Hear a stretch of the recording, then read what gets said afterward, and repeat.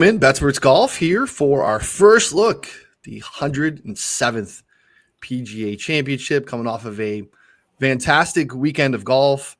The truest, I thought, Philly Cricket Club showed really well. Some teeth. Those dudes picked it apart on a very soft Thursday.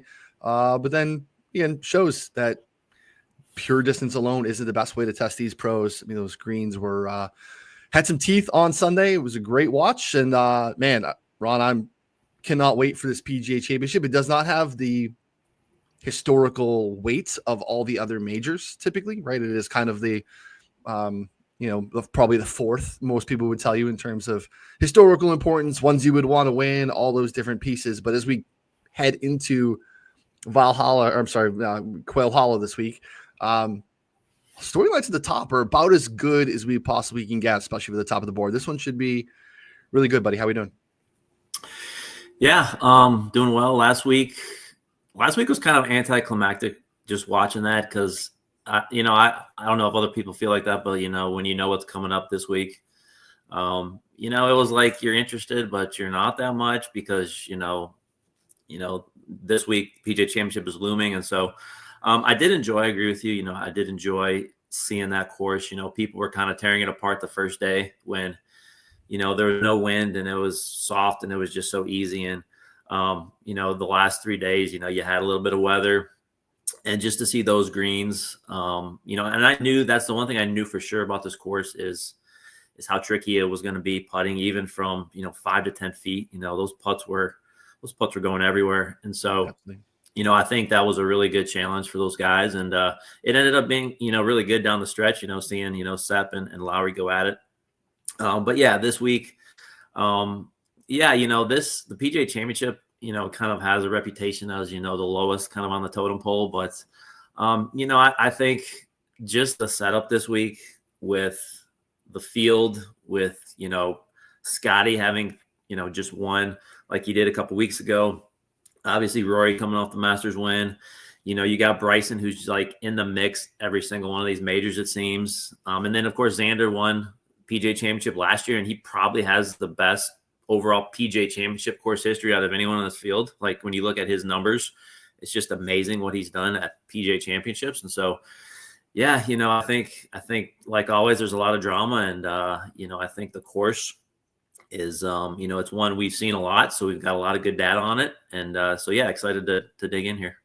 Yeah, that's the uniqueness of it. Typically, right? We don't go to Southern Hills, Valhalla, Kiowa Island all the time, right? Those are not standard PGA Tour stops.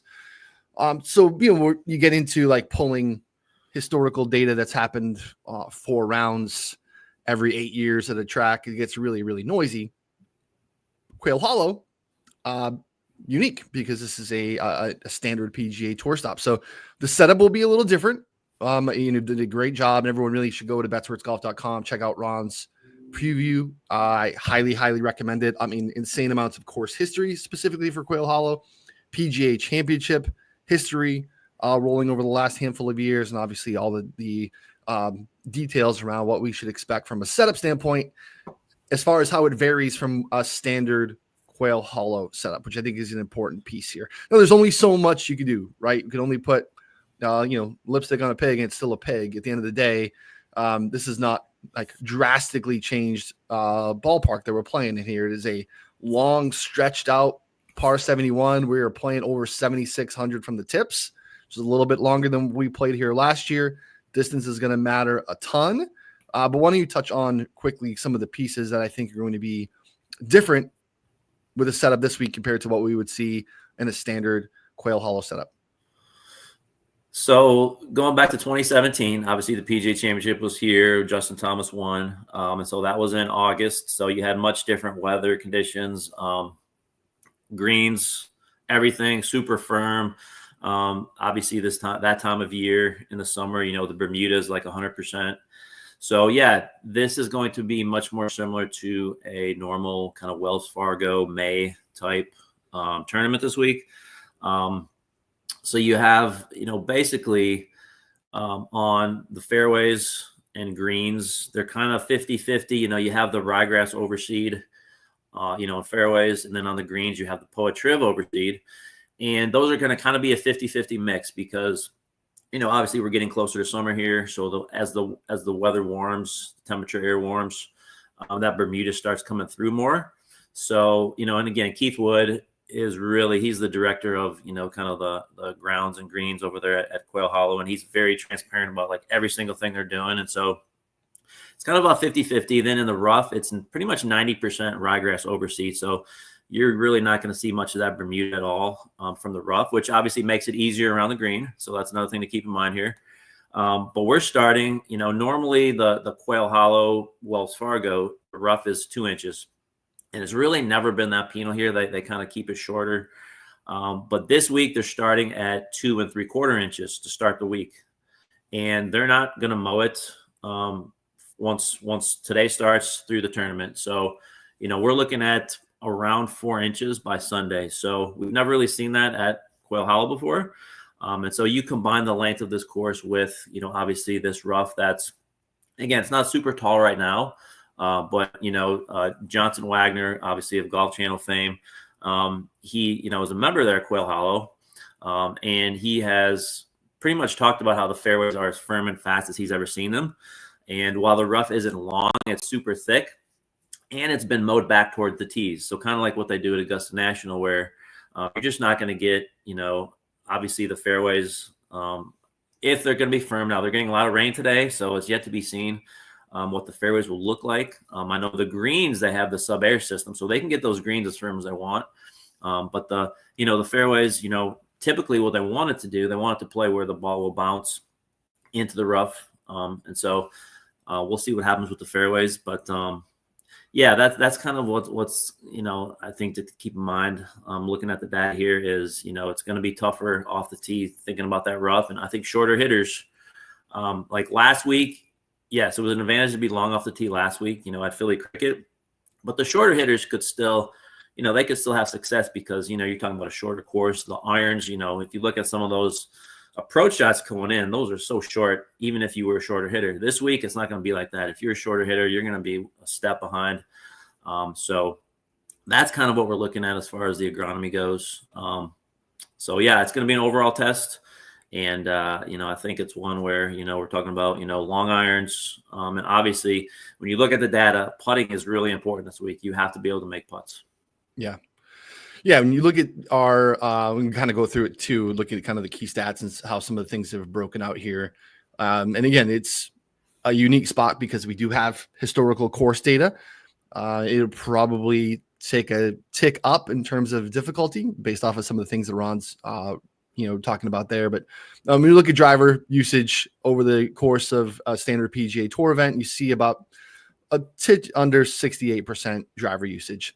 Over the last 5 years at Quail Hollow, 85.5% driver usage. So about 20% higher, right? Everyone is gripping and ripping. You have to take advantage because of the demand on those second shots. Same thing, standard approach shot on the PGA Tour over the last 5 years, 167 yards. At Quail Hollow over the last 5 years, 183.1. So again, 16.8 yards above a tour average event.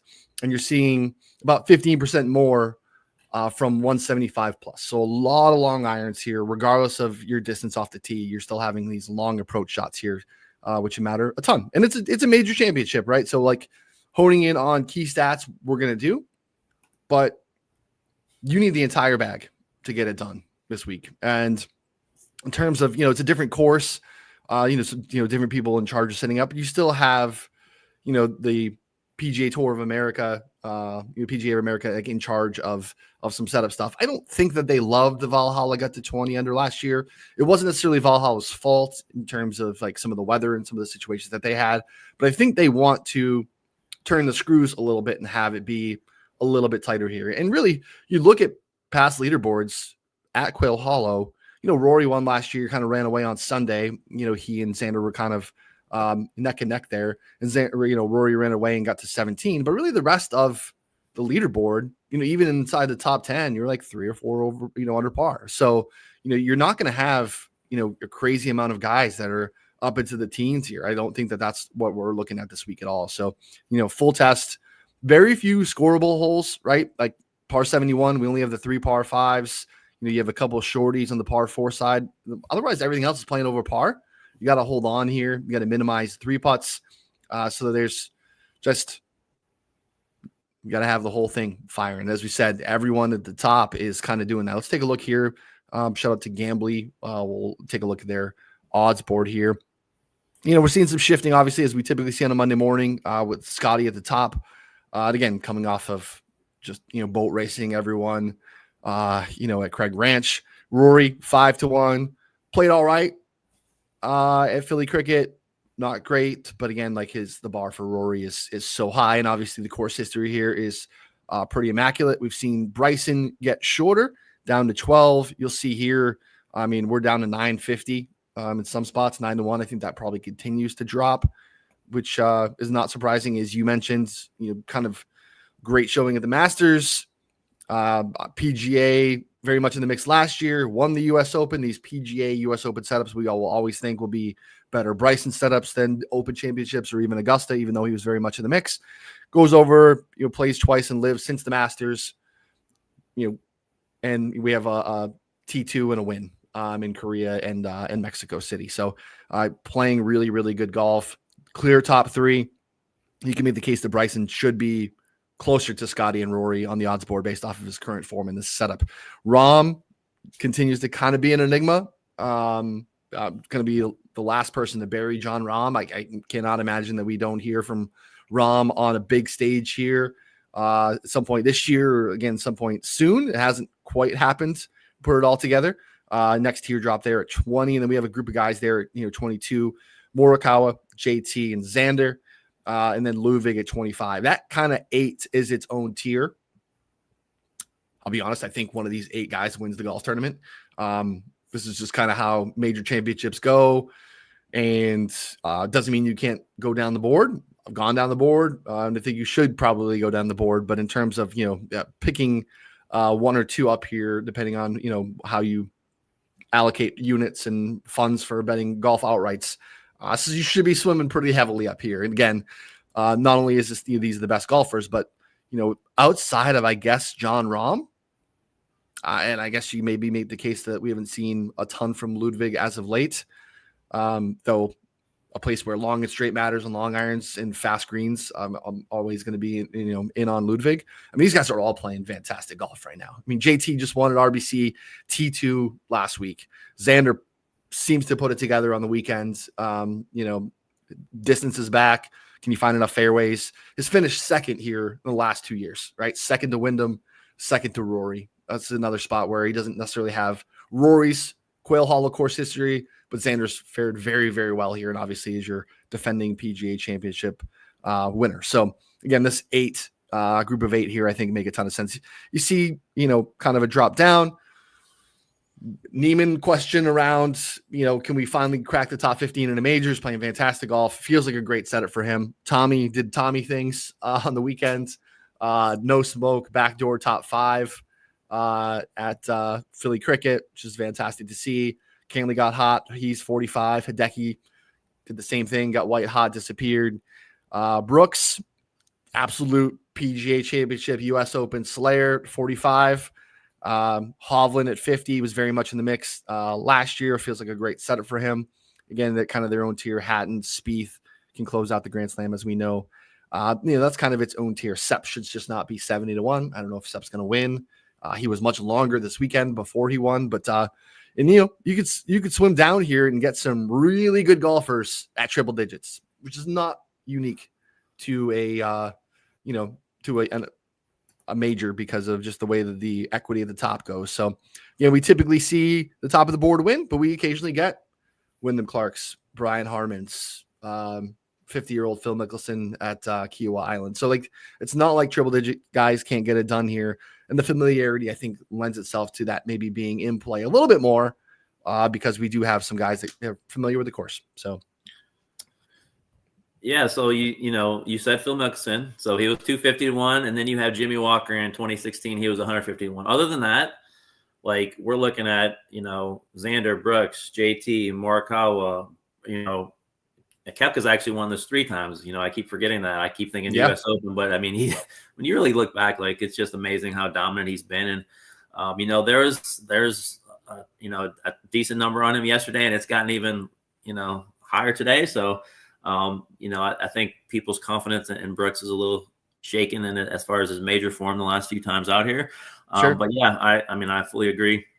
You have to take shots at the top of the board this week. There's just, especially when you look at like even just all the steam with Bryson. I mean, if you look back at what he's done in his recent majors, I mean, if you take out the Open Championship, which he's kind of always struggled at, I mean, 5th at the Masters, 1st U.S. Open, 2nd PGA, 6th Masters, 20th U.S. Open, 4th going back to the 2023 PGA Championship. So, again, this course just fits him perfectly. And so, that's one of the reasons for the anticipation, this week is, you have him, you have, Rory, I've heard some whispers, oh, will Rory be as motivated this week? Like, it's almost like he's playing relaxed. Is that to his benefit? There's different angles to look at that. And then you got Scotty, who obviously hears all this chatter about, Rory, about Bryson, and, he coming off, I know it was Craig Ranch, but still like that performance. And I think, we have to mention that Scotty's, his only history ever at Quail Hollow was in the President's Cup. And so, I know, he does like to play the Byron Nelson, and that kind of interferes with, a few of the years why he didn't come here. But, it is a longer course, and not that, Scotty's obviously can play anywhere. When you look at his long iron performance from 200 plus, like he's leaps and bounds the best player in this field from that range. So it's just interesting to know how kind of all these things are coming together. And like you said, I agree. One thing to look at this week is, when you combine distance off the tee, those guys who are long and who also have the ability to make putts, there's some guys down in that triple digit range. You're talking, a Minwoo Lee, obviously Wyndham Clark's one here. Even a Sam Burns, who's, I think he's like 150 to 1. So there's some really interesting names who, they're probably not going to win, but can they get into contention? If you're looking at top 10s, if you're looking at, playing for DFS, I think those are some really interesting names.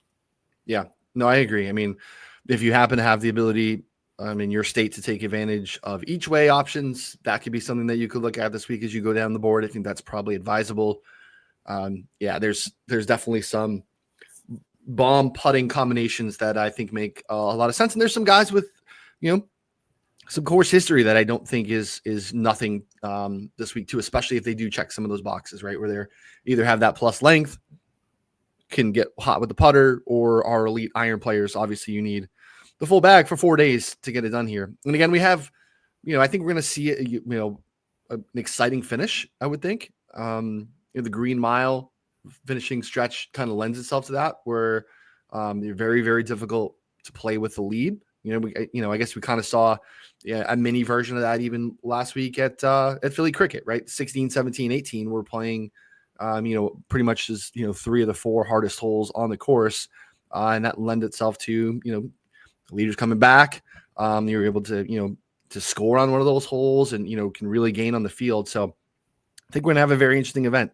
I'm interested to see what happens with the Scotty Rory odds in particular, based off of what seems to be an overwhelming sentiment of pro Bryson love, which I think is appropriate. I think the Bryson steam is deserved. I mean, I think this 12 that we're even seeing looks like DraftKings and Fanatics. I think those are gone by the end of the day, to be honest. I mean, I think you see some content coming out, and I think those continue to move. So, Scotty, there's just not a course on earth that doesn't fit Scotty Scheffler's game in terms of, places where he has familiarity. I'm sure he was out here kicking around a little bit this week while everyone else is in Philadelphia.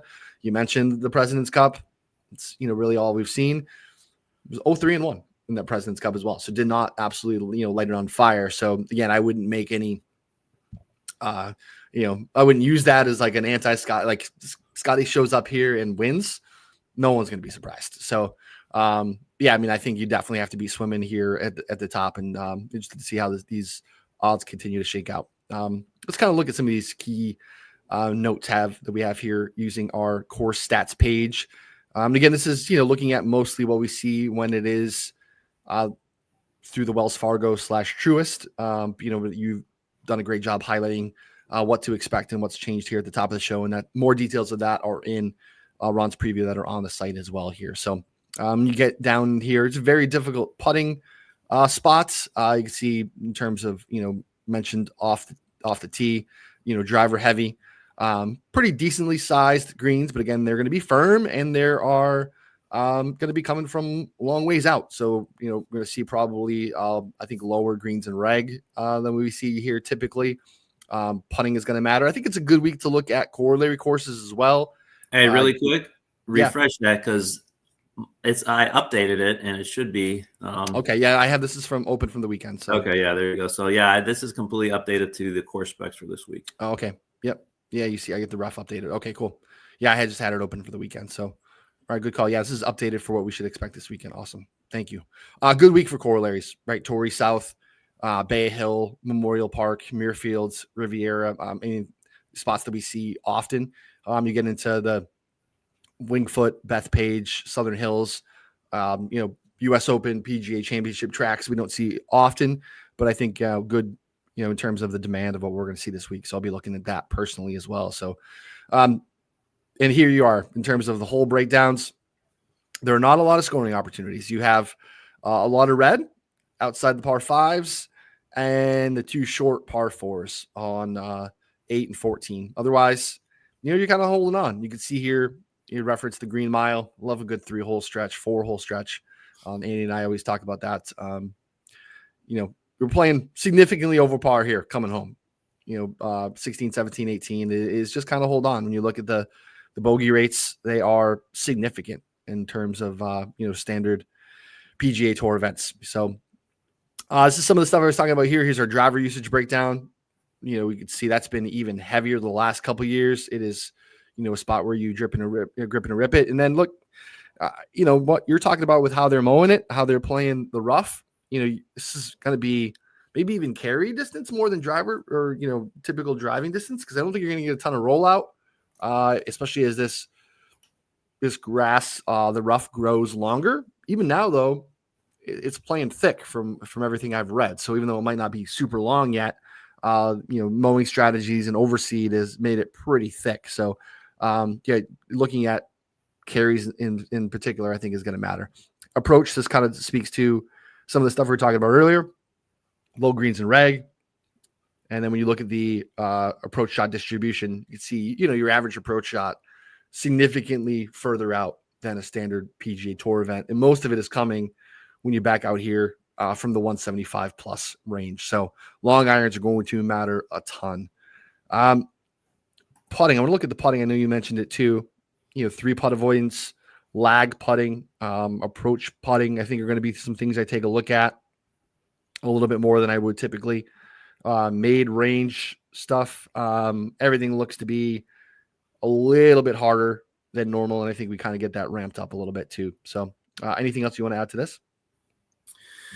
No, yeah, like it's, off the tee, I know we'll look into it here and other stuff, but, I think off the tee is obviously everyone's going to have driver. And so, for me, I'm looking at, I think even with the soft conditions, I don't know what the fairways will look like once Thursday comes with all the rain they're getting here early in the week, but, definitely, like you said, carry distance. And even, I think this is a good week for apex height, with their ability to get the greens firm. And I know that's like one of the main focuses of, Kerry Hay and the tournament directors is, try to make it as fast and as firm. Those greens will be speedy around 13 on the stimp. But I think it's a good week to look at, things like that as well. Yeah. Fast putting, fast. You can look at specific putting at Quail Hollow, but I mean, I think it's going to be even dialed up a little bit here as well. So, like you saw, we looked at what happened here in 2017. It plays pretty different than what we saw than a standard event. And again, there was they had just remodeled for that, PGA Championship. So pulling stuff before that is pretty irrelevant, but I do think it plays a little bit different than we would typically see. So, all right. I want to remind folks, if you are checking it out for the first time, or if you want to have access to the rabbit hole, which we're going to dig into here in a moment, or the course stats page we were just looking at, best way to do it, best deal we're going to have all year is through our friends here at BetMGM. You can find this on the site. Very, very easy. Download the BetMGM app. Use promo code BetSportsGolf.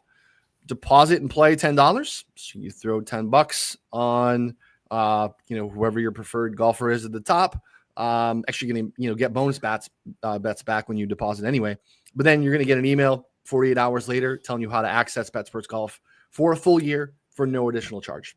Very easy steps to walk through here. Again, don't forget to use the promo code BetSports Golf. You can actually just click on the link on this article to take advantage of it. No strings. That is it. No additional cost. You typically, paying, almost, $300 for an annual sub. You can get this for, again, just a $10 through BetMGM. Maybe you already have a BetMGM account. Perhaps your significant other would love to bet on the PGA Championship with you this weekend. So, they're probably not going to want to take advantage of the deal for BetSports Golf. You can go ahead and take that off their plate. You can take advantage of it, and you can bet together. Great way to build rapport and love coming off of a Mother's Day, whatever your significant other situation is.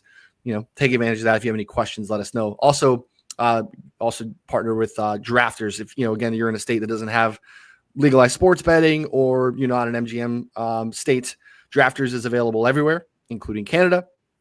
You want to, do some pick'em games. You want to do some head-to-head golf. You want to do some four-mans, or you want to, draft NFL best ball.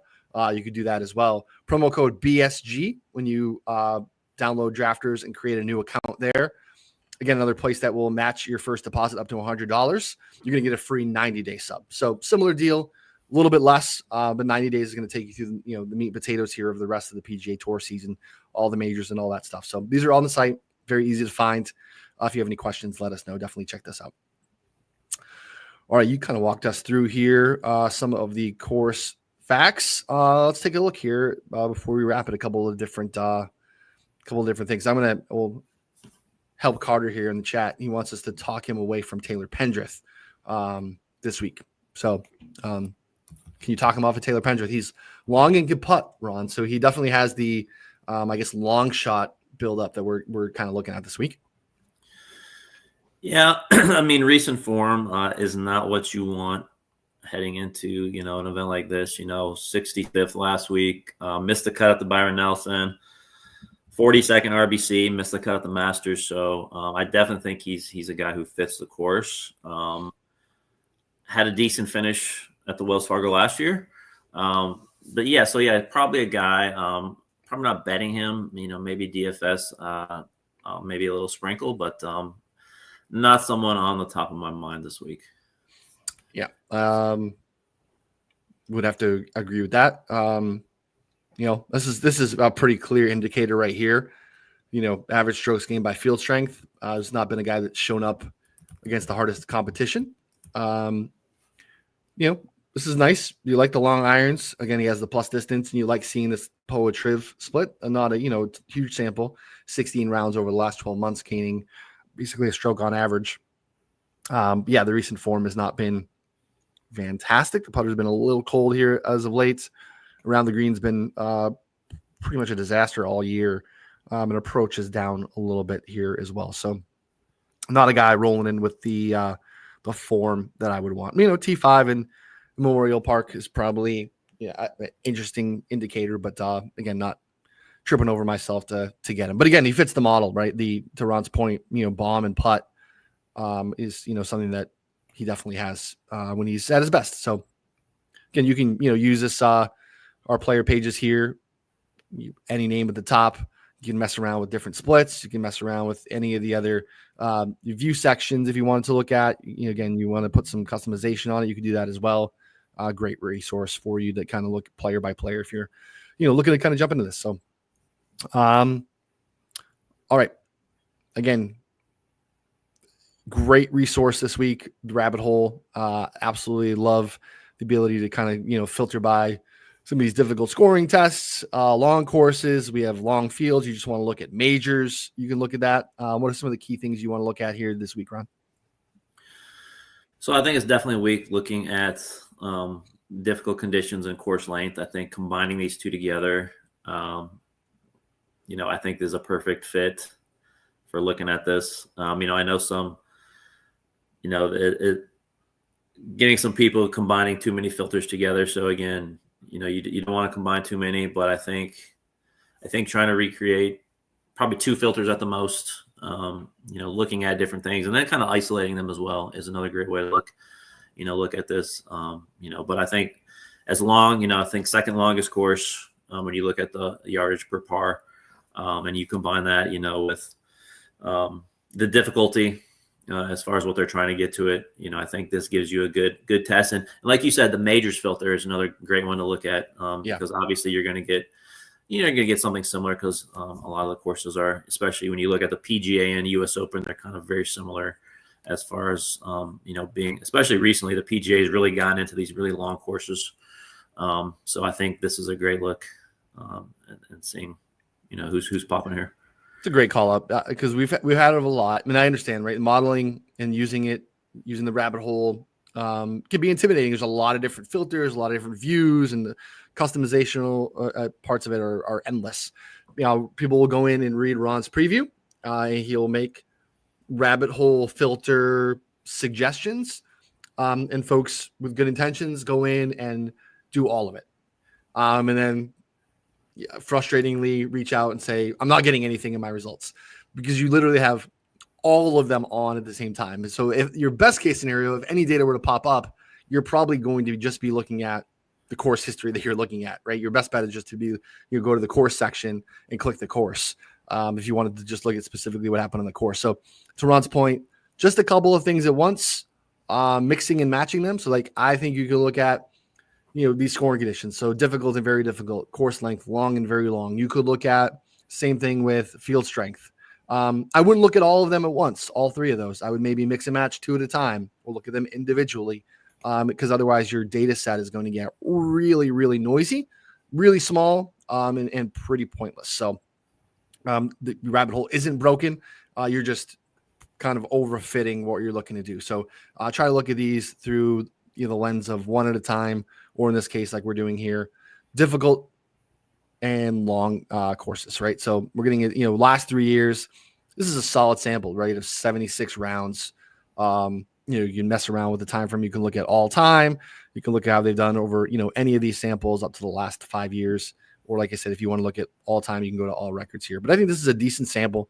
Long and very long on difficult scoring conditions, scoring average.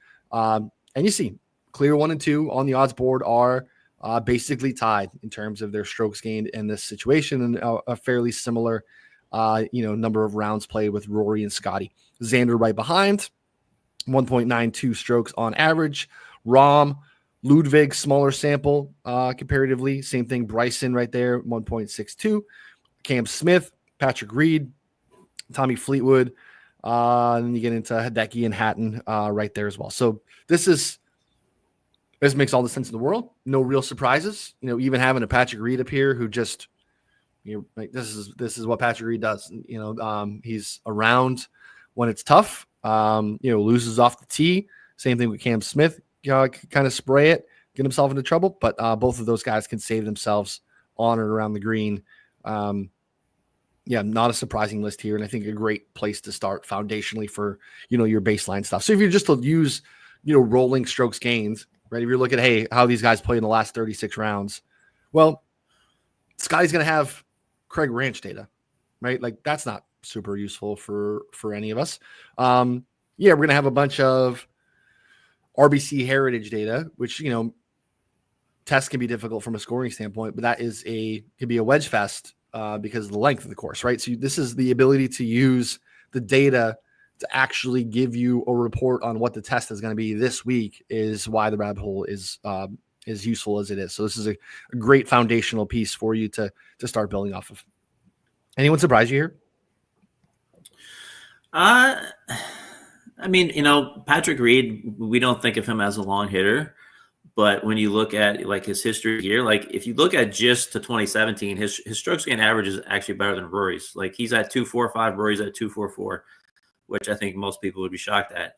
But he's a guy who just, grinds it out on these longer courses. And, we've seen him at Augusta, every year. He's seemingly in the mix. And even here. Corey South. Yep. So I think he's just a sneaky one for these longer courses. Yeah, and again, you can click on here in the rabbit hole. You see the number of rounds. You can click on the rounds if you want to get actually, a deep dive on what these are. So these are the Patrick Reed rounds that we're talking about. You can see the Masters doing a lot of the heavy lifting here. U.S. Open, some nice spiked rounds. Really poor third round. We're just shocked that this is so bad, and he's still, populating pretty well here. Again, PGA Championship, Masters. Again, a lot of real positive stuff from Patrick Reed. So again, smaller sample because obviously he's on live now, but some Wells Fargo stuff even. Just again, this is what we're looking at and what we're trying to capture. So yeah, here's the Farmers win. Yeah, he's kind of in the mix. So good place to start there. Why don't we look at some stronger field stuff here as well? Or do you want to look at majors? Should we look at majors? Yeah, I think both are, obviously strong fields will pull in a lot of the signature events as well. So it's just a matter of, what you want to look at, what angle you want to take. So either's fine. Let's look at majors just so folks can see that. You can see the different ways that you can look at that. And again, you'll probably get, Open championships are obviously kind of a unique duck compared to, how you see the other setups. Obviously, the Masters is zone, but I think there's more, things to draw off of from a Masters and how they relate to a PGA Championship and a U.S. Open than the Open Championship. You can see here, again, no surprise as well. Scotty, Xander, Rory, and again, we're talking minimal difference with these three gentlemen here over the last 3 years in major championships. They are right there. Ludwig's smaller sample, but getting it done as well. Morikawa, Justin Rose obviously did himself some favors at the Masters. Again, he was in the mix of the Open Championship as well. Here's Bryson.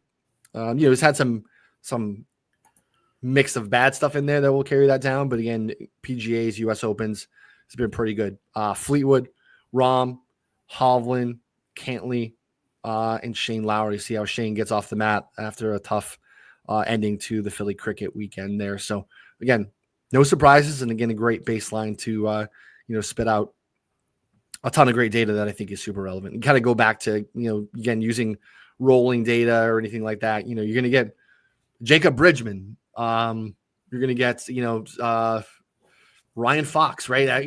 Coming off of a win in Myrtle Beach. So having some of the stuff that's a little more relevant versus just the straight up recent form, I think is really important here when you're kind of looking to formulate a model or, figure out what your player pool is going to look like for the week.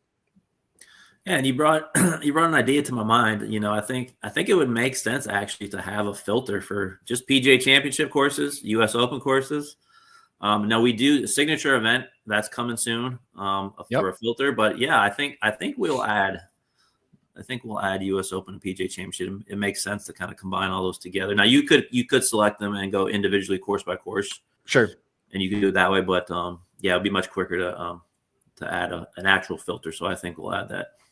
Yeah. See the beauty of just do it live and make it up as we go. It's the beauty of the rabbit hole. We've done that all year. User suggestions, things have been implemented. Things are on the list. We're obviously continuing to try to make this the best resource that's out there for people that they want to kick around with data or use it to build models. So again, you can use the download CSV feature if you're really into it. You want to go into view expert rankings. You want to pull from other folks in the industry. There's Matt Vicenzi, Andy Lack. Get stuff from Ron, our guy Joe Idonia Torpix, PGA Tout from the lines, John Hasselbauer, like great stuff. You want to pull everyone's model, put them in a CSV and weigh them because that's you're equipped to do that. Go ahead and do it, right? Wisdom of the crowd. You just pull a bunch of things and get it done that way too, which is a great resource. Yeah, it's gonna get Ron to turn off his old models. Yeah. Now, just to expand on what you said, that's one thing that we're never going to be stagnant. We're going to keep adding stuff, and the update that's coming here probably in the next week or two is it's all kinds of weather stuff. We've got temperature, grass condition, preferred lies. That's one where I literally went back and tracked every round with preferred lies, and how correlated that is to actually winning or something like that. Haven't done a study on that yet, but just to be able to see, okay, who plays really good, especially on approach, when you got, live clean in place, So that will be really interesting to look at. So that will be done here really soon. Yeah, you can look at let's see here. A couple other things here before we wrap. We have driver heavy, as we know. Let's take a look at this. Again, you can look at it through the lens of anything. We can look at ball striking driver heavy. Maybe mess around with this sample, make it a little smaller. Go 2 years driver heavy. Again, a lot of driver off the tee this week. Saw close to 85% ball striking here on driver heavy golf courses. Scotty, Rory, Bryson. Small 4 rounds of Johnny Kiefer. If you want to pull that out, you can go in here and set a minimum round feature so you don't skew the results of your data. Good for Johnny. Nice little 4-round sample there. Scotty, Rory, Bryson, Xander. So that makes a ton of sense, right? Norgard, small sample, but he can get it out there, right? Absolutely, bomber, and that's a help for him. And just these guys that are going to be, sub 6K for DraftKings this weekend could, be some cost savings if you're going to want to jam some of the studs into your lineup. Morikawa, even though we're lacking distance, still getting it done here in driver heavy courses, which is just interesting to see. Brooks, smaller sample, but again, still chasing it out there. Kitayama, Ludwig, Vegas, Connors, Hovland, which I think is interesting there too. While you're in it, you can look at off the tee. This is what I touched on earlier. Obviously, we can look at driving distance, but we also have the ability to look at carry distance. Again, not expecting a ton of rollout based off of what we're hearing with from an agronomy standpoint, what they're looking to do. Carry is literally just going to tell you how far the ball goes in the air versus guys that really, really, really benefit from rollout. So you can see here from a carry standpoint, I'll look at the actual number here. We can see if there's any gaps. Bryson and Rory kind of in their own tier in terms of driving distance. Yeah, so carry distance here. Minwoo gets in the mix there. So Bryson, Minwoo, Rory. Thor is in the field. He is up there pushing 306 as well. Rasmus Højgaard, David Puig coming from Liv. Poogie, I don't even know how we pronounce that these days. Yasiel Puig. I still go to Puig. I'm not sure what how we're doing David these days, but young kid can push it out there for sure. Benan, who's had some success here or has been in the mix at least a little bit. Wyndham Clark, previous winner here. Woodland, Norgard, as we mentioned earlier, and there's the Pendrith call out. Ludwig and Nikolai also pushing 300 carry on average as well. When it's driver heavy too, so that helps. Keith Mitchell right there as well. Phenom, first round, Keith Mitchell. Just insane what he's been doing this season on the first round. So, I think carry distance is something I want to take a look at this week for sure. It's something that I think is going to matter quite a bit. Anything else there? Are you muted? Sorry, buddy. Yeah, let's build this as a quick model. Okay. Let's just to show people how simple it can be. And so let's do carry distance. Okay. And combine that with putting on difficult greens, because these are, when you look at the data, these are not easy greens, especially when you add the speed element this week. These are going to be faster than a typical, Wells Fargo, Quail Hollow greens. And so I think, looking at carry distance, and I think for me, these are the two most important. Like if you're just trying to establish a baseline of whether you're playing, DraftKings Showdown or, DFS for the week, just kind of, okay, what guys should I kind of delete from my player pool right off the start here, guys. And I think if you see guys who are, combined good in both, I think that's really a signal for me. You got it. All right. Go down. Fast greens, difficult to gain. How should we? What do you? Yeah, I think we'll get a little bigger, but I think if you go down to, gaining, putting, and select difficult and very difficult, because this is going to encompass fast greens as well. Yeah. Kind of gives a bigger overall picture of just overall tough to putt. And so looking at both of these together, adding that and looking at both, I think is just a really simple way to look at it. Yeah. Here are your putters. All right. We're going last 2 years.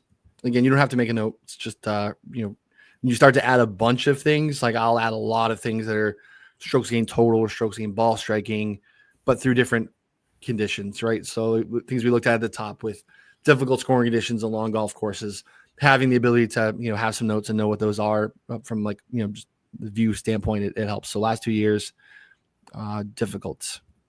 And you can get really creative with sample sizes too. Like you could even do like a rolling, Absolutely. combination here. For me personally, I like to look back, 3 to 5 years at something like this. But again, if you want more of a recent sample, obviously some guys some guys do the further back you go, have made changes. A lot of guys have improved. Akshay is a guy who was really bad putting when he first came on tour. He's much better now. So even a guy like JT who just made some drastic improvements with his, putting over the last couple months, so different ways to look at it and kind of mess around with the sample size as far as how many rounds you want to go back. Yep. Akshay from the Raleigh area as well. Very familiar with what we're looking at this week. So, all right. So we just want to do those two basic, just show carry folks. Distance, putting, just to show people how easy it is. Like you don't have to add 20 stats, if you just keep it simple sometimes, especially for an event like this. Yeah, no, look, I made description notes. If you actually want to see what it is, you can click on this little icon and it'll show you all the different filtering that you did. So you can get a sense of what it actually is. So this is, now again, I don't want to tell you how to build your model. We're doing it for the sake of the show. And I think this is a good exercise because I do think these are, if you were oversimplifying it this week, you could even say like, hey, long approaches, you can put that in as well. But these things being super duper important. Otherwise, if you're building a model overall, though, something that you're really banking on this week that doesn't have Rory, Scotty, Xander kind of at the top, it's difficult from like Bryson's standpoint because of the lack of data that we get from Liv being fed into this. But those guys should probably be at the top of your model, just an FYI. So if you are a member and you're building these models, you can save all your models forever. If you want to go back and run your old Quail Hollow model and make some, amendments to it, you can go ahead and do that too. So you can see the resources involved. You can go ahead and save a lot of old stuff, which is great for you too. You don't have to build fresh every single time. So, all right, this will be our first look. Carry distance and putting. We'll save this for the folks so I can take a look at it. Do you want to weigh either differently, or you just want to split it up? Let's just keep it equal for now. Okay. I think people can have their own opinions on what's more important. Obviously you have to make putts to win the tournament, so I think both are pretty important this week. Well, look, this is oversimplifying, but like this makes a ton of sense. Bryson to the top, you can see faring well in both. Minwoo Lee, Sam Burns, right? Guys that can move it out there and can roll it. Dietrich, when he's doing his thing, it's driver putter. It's what we saw in Phoenix for sure. Max Grayson can roll it really well. Harris English won at Torrey South this year. Kind of hanging back from a carry distance standpoint, but not a ton. Definitely a guy that I have no problem backing on long golf courses, and he's the best putter in the split. Rory here as well. Ludwig, Wyndham Clark, Cam Smith. Cam Smith's added some distance, getting it out there a little bit longer. And then the putter, as we know, he's, I still think probably the best putter in the world. So again, oversimplifying, yes. When you're trying to pick off some interesting guys, maybe not from an outright standpoint to your point, but maybe interesting finishing position bats or some guys you can maybe mix into the back end of your rotation from a DraftKings player pool standpoint or anything like that. This is as simple as it gets, and not nothing. So I've made a couple of bets so far, and they're faring pretty well in the basic carry distance putting model. So let's see who is towards the bottom. Blocky, what's going on, bud?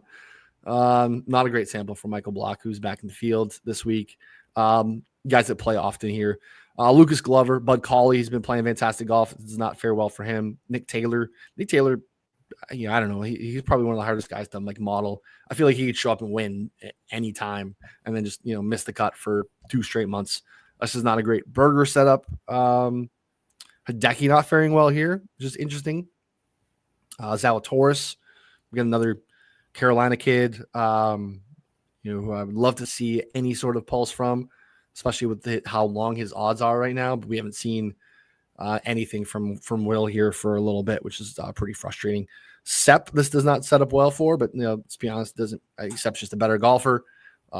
Fared well here last year, the Quail Hollow, when we're here for the Wells Fargo. So Vegas, carry distance doing a lot of the weight, but the putting is disasters, as we know. Finau showed up a little bit this weekend, but this is not serving him very well. So just interesting to see who does not set up well in these basic things too. Cam Young, Keegan Bradley, another couple guys. Here's Spieth and JT.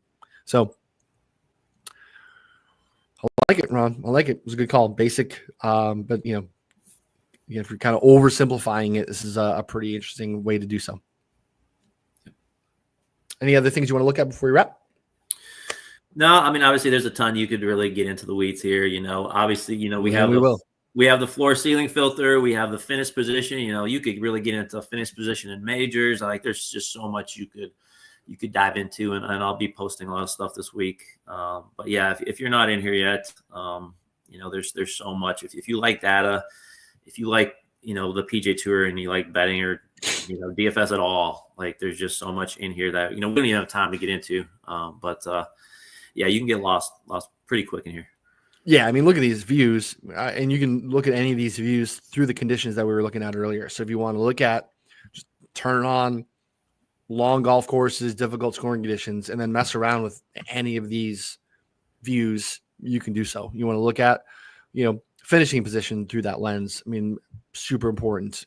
Scoring, right? DraftKings specific. If you're looking, you need birdies. Who's making birdies in these, difficult scoring conditions on, long golf courses. Any of these things are available for you to look at. The floor ceiling is one of my favorite things to look at. We can't model it, but we talk about spiked weeks all the time. People put in their content. What does it actually mean? What does the data show? And then what are the ranges of spike? Gaining, 1 stroke, gaining strokes, gaining 5 strokes in any of these metrics. We have all that data here for you. So you were behind if you're not taking advantage of it. We appreciate you hanging out for the free content. Again, BetSperts Golf, wherever you listen to podcasts, BetSperts Golf here on the YouTube channel as well. If you're listening to the podcast forum, we super appreciate it. Highly recommend making the time to take a look at the YouTube channel because we do a screen share walking through the rabbit hole. So it is, a better visual representation of what we're trying to show you versus, just talking through the data. So appreciate you hanging out with us. We'll be back for more stuff. Again, follow Ron on Twitter at PGA Splits 101, at BetSperts Golf on Twitter as well. I'll have lots of other video share content. I'll do a couple, short videos pre-tournament here to share some more stuff we didn't get to dig in on as well. Appreciate you hanging out and your patience with my sickness.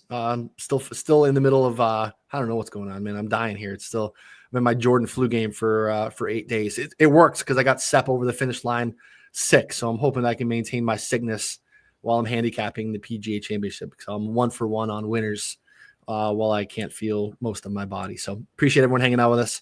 We'll be back again on Tuesday for the betting show. Myself,